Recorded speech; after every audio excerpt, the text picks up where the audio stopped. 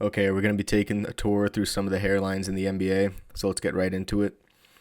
First, we got to pay homage to the king, and LeBron's emotional roller coaster of a hairline is nothing short of a miracle in its current state. This hairline went from this to this. It went from UNICEF to Whole Foods, just like that. Now, I believe LeBron is the embodiment of willpower, and this hairline quarter four comeback is proof. The man more or less willed his follicles back into existence, and I think it's the same thing he did to the Cavs to get to the finals last year. There just isn't much that can match a comeback of this magnitude. This is a Pats Falcons Super Bowl 2017 thing. This is actually an alternate timeline where Japan wins World War II after getting nuked twice by the US. Now, with all that praise being said, there is still some significant damage to the hole. And I'm not convinced he doesn't just Sharpie in some areas every morning. So with all that tallied up, we're going to give LeBron a 5 out of 10 in the hairline department.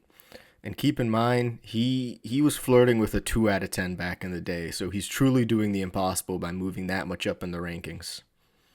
You can't look at Kyrie's hairline without taking a second to stop and think, yeah, man, that's some good shit.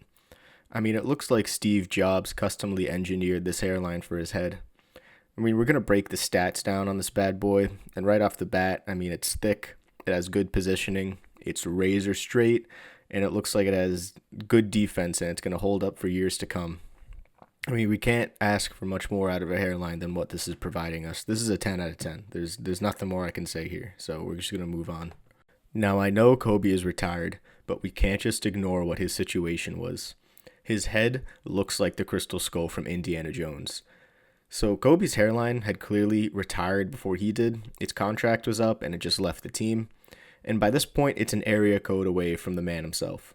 I imagine what sparked him to shave it all off is when he went to his barber and asked for a lineup, and the poor barber got a stroke trying to find any sort of real hair to work with. So this is a clear 1 out of 10. And this is a similar syndrome we're going to see of the better a player gets, the more damage their hairline takes. And that's going to segue us into our next guy, James Harden, pretty well. So this is a hairline on the brink of disaster. This is the hairline that looked at the coast as Katrina was coming, and it said, you know what, blow rain never hurt anyone, might as well stay here and wait it out. I'll give it some credit. It's keeping its symmetry in these dark times, and there's some thickness behind the scenes for sure. But it is a known fact that resources are finite, and there seems to be a trade war going on between the beard and the head. My advice would be to short the hairline and long the beard. And this is another one of those MVP taxes. Like, the more valuable a player is on their team, the more damage their hairline seems to occur. And Harden's no exception. So right now we're going to give him a 7 out of 10, but know that next year this is easily going to be a 5 out of 10. It's barely hanging on, but for now he can rest easy.